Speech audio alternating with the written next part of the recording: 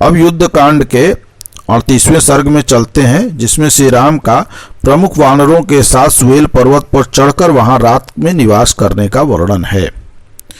सुवेल पर्वत पर चढ़ने का विचार करके जिनके पीछे लक्ष्मण जी चल रहे थे वे भगवान श्री राम सुग्रीव से और धर्म के ज्ञाता, मंत्रवेत्ता, विधिज्ञ एवं अनुरागी निशाचर विभीषण से भी उत्तम एवं मधुर वाणी में बोले। मित्रों, यह पर्वतराज सुवेल सैकड़ों धातुओं से भली भांति भरा हुआ है। हम सब लोग इस पर चढ़ें और आज की रात्रि इसी में यहीं विश्राम करें। यहाँ से हम लोग उस राक्षस की निवासभूत लंकापुरी का भी अवलोकन करेंगे, जिस दुरात्मा ने अपनी मृत्यु के लिए ही मेरी भार्या का अपहरण किया है, जिसने न तो धर्म को जाना है, न सदाचार का ही कुछ समझ है और न कुल का ही विचार किया है। केवल राक्षसोचित नीच बुद्धि के कारण ही वह निंदित कर्म किया है। उस नीच राक्षस का नाम लेते ही उस पर मेरा रोष जाग उठता है। केवल उसी अधम निशाचर के अपराध से मैं समस्त राक्षसों का वध देखूंगा। काल के पास में बंधा हुआ एक ही पुरुष पाप करता है, किंतु उस नीच के अपने ही दोष से सारा कुल नष्ट हो जाता है। इस प्रकार चिंतन करते हुए श्री राम रावण के प्रति कुपित हो विचित्र शिखर वाले सुवेल पर्वत पर निवास करने के लिए चढ़ गए। उनके पीछे लक्ष्मण भी महान पराक्रम में तत्पर एवं एकाग्रचित हो धनुष बाण लिए हुए उस पर्वत पर आरूढ़ हो गए।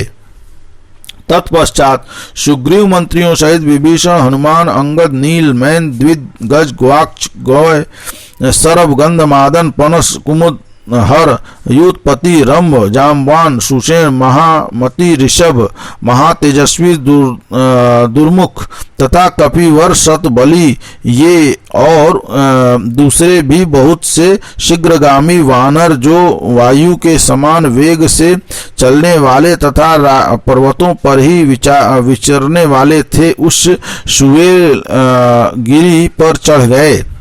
सुवेल पर्वत पर जहाँ श्री रघुनाथ जी विराजमान थे, वे सैकड़ों वानर थोड़ी ही देर में चढ़ गए और चढ़कर साथ सब ओर विचरने लगे। उन वानर युद्धपतियों ने सुवेल पर्वत के शिखर पर खड़े हो उस सुंदर लंकापुरी का निरीक्षण किया, जो आकाश में ही बनी हुई सी जान पड़ती थी।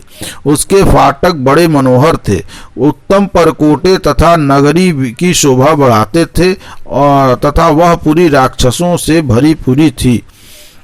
उत्तम परकोटों पर खड़े हुए नील वर्ण के राक्षस ऐसे जान पड़ते थे मानो उन परकोटों पर दूसरा परकोटा बना दिया गया हो। उन श्रेष्ठ वानरों ने वह सब कुछ देखा। युद्ध की इच्छा रखने वाले राक्षसों को देखकर वे सब वानर श्री राम के देखते देखते नाना प्रकार के सिंहनाद करने लगे। तदंतर संध्या की लाली से रंगे हुए सूर्यदेव अस्तांचल को चले गए और पूर्ण चंद्रमा से प्रकाशित उजेली रात वहां सब ओर छा गई। तत्पश्चात विभीषण द्वारा सादर सम्मानित हो वानर सेना के स्वामी श्री राम ने अपने भाई लक्ष्मण और युद्धपतियों के समुदाय के साथ सुवेल पर्वत के पृष्ठभाग पर सुखपूर्वक निवास किया। और इस प्रकार 38वां सर्ग यहाँ संपूर्ण हुआ। बोलिए राजा रामचंद्र की जय।